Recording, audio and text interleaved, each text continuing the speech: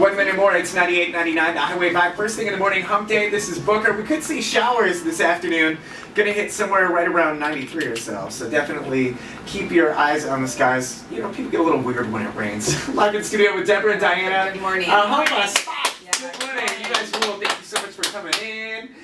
It was really kind of awesome because we had Crazy Girls on the show. We talked about that. They want to do something with you guys. Aaron Raditz, he's a magician. He wants to do something with you guys. Everybody wants a piece of Home for Spot. Piece of the action. Yeah, everybody wants a piece of the action. I thought it was really kind of cool. So now we're getting response.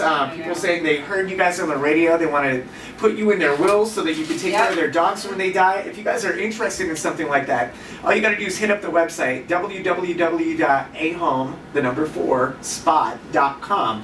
You find all kinds of info regarding adoption, fostering, dog care, different events that are going on throughout the community. But you brought somebody with you today, Diana. Yeah, I brought Adrian. She's a dog trapper. She's a dog trapper. Yeah, and I wanted, I don't think people realize how much goes into what we do. There's so many different facets. And if it's not for Adrian, who traps these dogs that have been in the desert for months at a time, Wow. living on, I don't know, rabbits, whatever they find, whatever really. dead snakes, I don't know, whatever they find.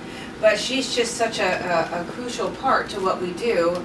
And I thought it'd be good for the people to hear a little bit of it. Okay, so Adrian, good morning. Thanks so much for joining us on the show this morning. You can grab it, it's okay. Did you just hit your head on the wall? No, I don't know what I did. That sounded like a concussion to me. I just want to make sure you're okay. No, you're all right. So tell us about what you do, Adrian. Like, I guess there's a couple of steps in the process. How do you come into it? I'm usually contacted by someone who's gotten my number from someone else, or a rescue will contact me directly about a dog that's roaming.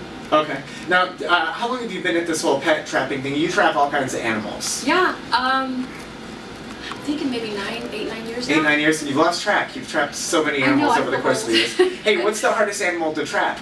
Rabbits. Rabbits? Yeah. Well, why are they so difficult? They're small. You know what?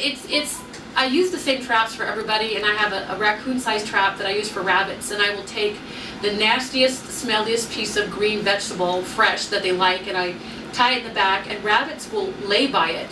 Oh, okay. They'll just hop around in a circle, they'll sleep next to it, and I can't kind of encourage them to go in.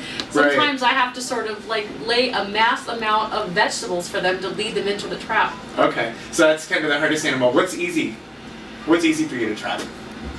Well, kittens are actually the easiest. The younger the better, because you can just point in another direction, they will actually look, and you can just scruff them and put them into a carrier. It's kind of easy. All right, so what are you kind of trapping a lot of right now? Like, what seems to be the big thing that you get a lot of calls for? You mean species, or what? It could be anything. It could be it's people. Always pit bulls and chihuahuas. Pit Always. bulls and chihuahuas. Chihuahuas, which is the harder of the two? You would think probably the chihuahuas, right? Actually, it doesn't go by breed. It goes by the dog itself, because if the dog's been out for a while, kids are the worst. They throw rocks at them. You'd be surprised how many children will throw rocks at dogs. That's awful. It depends on how long the dog has been out and what environment it came from. Okay. If it was dumped, if it got loose. If it's a family dog, there's a good chance they'll come to you. Right. If it was actively dumped somewhere, now they're really scared and they're likely to not get near you at all. Yeah, right. I used to live up against an open field, and this is kind of a crazy Booker story. Looking out the back window, and I thought I saw a full-grown German Shepherd, like in this back field behind my house.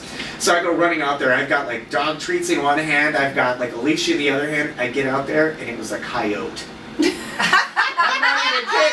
I'm not even kidding. So, but I wasn't can see sure. that though. Yeah, so I get in the car, right? I get in the car because this dog, or I thought it was a dog, he goes running the other way, and I thought, oh my gosh, he's heading towards Durango Drive. I better like try to head him off, right? So I get in the car, I head back the other way, and I pull around the corner, and there's a man standing there, and I'm out of the car. I'm leaving the car running. I've got a convertible, and I just leave it running, and I'm out of the car, the door is open. He's like, what are you doing? That's a coyote. And I'm like, it is? I've been chasing this dog for 10 minutes. It's a coyote. Could you imagine explaining that at UMC?